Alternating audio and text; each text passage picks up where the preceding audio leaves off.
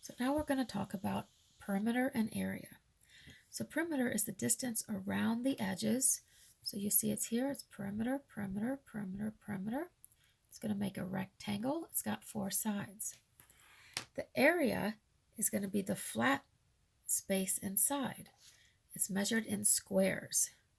So over here on our drawing, it would be measured in squares.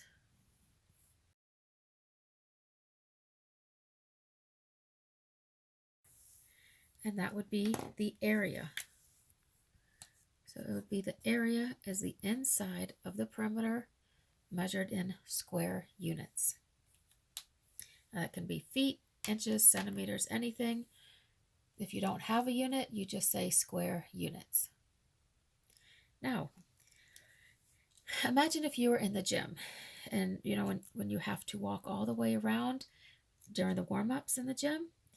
So if this is the gym floor, you would start and you'd walk all the way around it. So if you were starting here where we keep all of our equipment and you'd walk all the way down here, this would be 84 feet.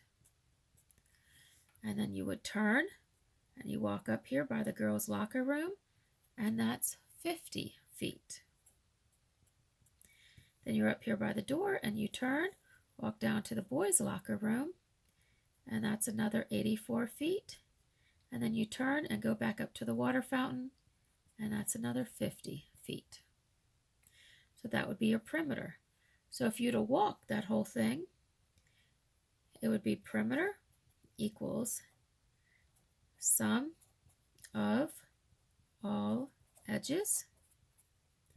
So your first distance you walked was 84 feet. And then you continued walking to 50 feet. Then you turned and continued walking 84 feet. And then you turned and finished the lap another 50 feet. So then you took this. Remember, commutative property of addition says we can add it up in any order. So we know that 50 and 50 is going to be 100. And we know that 84 and 84 is 168. So 168 plus 100, that's 268 feet. So that's your perimeter. To walk one lap is 268 feet. Now, if you wanted to find the area, if we decided we wanted to come and make it rocket red inside of our basketball, but we only had tiles that we could use, okay? We would want to know how many tiles that we would need to purchase. So in order to purchase all of these tiles, we would want to measure how many goes each direction. And if our tiles was 1 square feet, it means it could go every tile would be 1 foot over. So if it's 84 feet, it'd be 84 tiles to go over.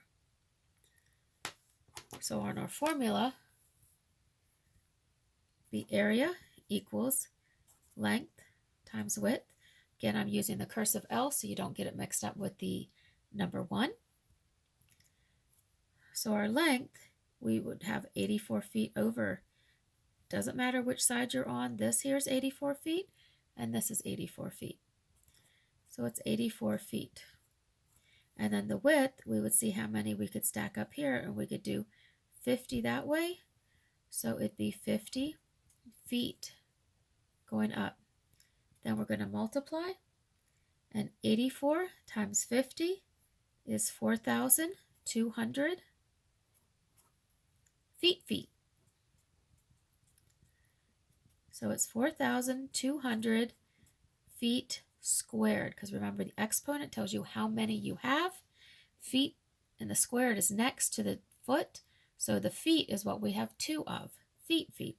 This is another reason why we were being really careful with knowing that the 2 goes right, what's right next to it, whether it's parentheses or unit.